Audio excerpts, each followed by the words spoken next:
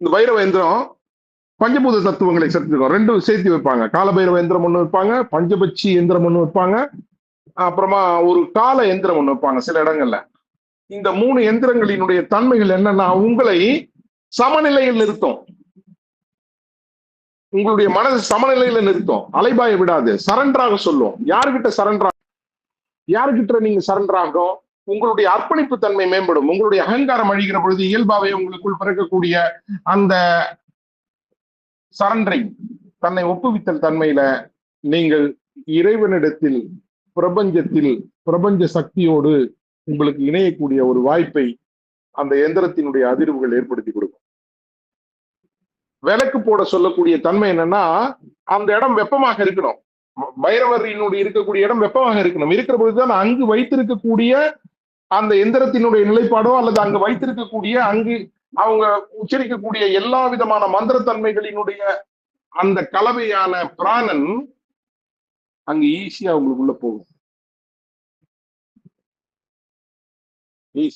போகும். அங்கதான் பைரவரினுடைய இந்த விளக்கு போடுறது தத்துவம்.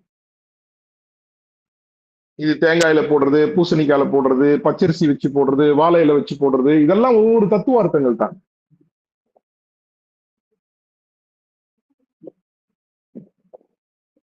தேங்காயில பட்டனா ஓடு உடைந்து உள்ளிருக்கக்கூடிய வெண்மைத்தன்மை வெளிப்படும். மனம், புத்தி, அறிவு, சித்தம், இதெல்லாம் நிறைய விஷயங்கள் பேசலாம். தேங்காய்க்கு மட்டும் ஒரு விளக்கம். அதே போல பூசணிக்காய்க்கு ஒரு விளக்கம். பூசணி உங்களுடைய நிலைப்பாட்டை தக்க வைத்துக் கொள்ளும். இந்த பூசணியும் ஒரு 50% உத்ராட்சமும் ஓரளவு ஒத்து வரும். சோ இது போல ஒரு தத்துவார்த்தங்கள். இதெல்லாம் என்ன பேச நம்ம டைம் எடுத்துட்டே போகும்.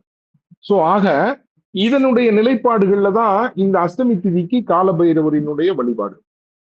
உங்களை ஏதுமற்ற நிலையில் நிறுத்தி பிரபஞ்ச சக்தியோடு இணைத்து அந்த பிரபஞ்ச சக்தியை பெறுவதற்குண்டான உபகரணங்களாக சில எந்திர வழிபாடுகளை அந்த காலபைரவருக்கு வைத்து உங்களுடைய அகங்காரத்தன்மையான ஆடை அலங்காரங்களை எடுத்து நிர்வாணத்துடன் இருக்கக்கூடிய குறைப்பு சத்தங்களை வாகனமாக்கி வைத்திருக்கக்கூடிய காலபைரவருடன் நீங்கள் இணைந்து பயணிக்கிற பொழுது உங்களுடைய இந்த காலத்தால் ஏற்படக்கூடிய அனைத்து விளைவுகளிலிருந்தும் நீங்கள் வெளிவரலாம் என்ற தத்துவ நிலைப்பாடுதான் அஷ்டமி திதி பைரவ வழிபாடு. நண்பர்களே, இது ஏதோ சும்மா சொல்லணும்னு தோணுது, பகிர்ந்தேன். வேணுன்றவங்க வச்சுக்கலாம், வேணாங்கவங்க விட்டுடலாம். போய் சேர வேண்டும் என்பது பிரபஞ்ச தீர்மானமே. நன்றி நண்பர்களே.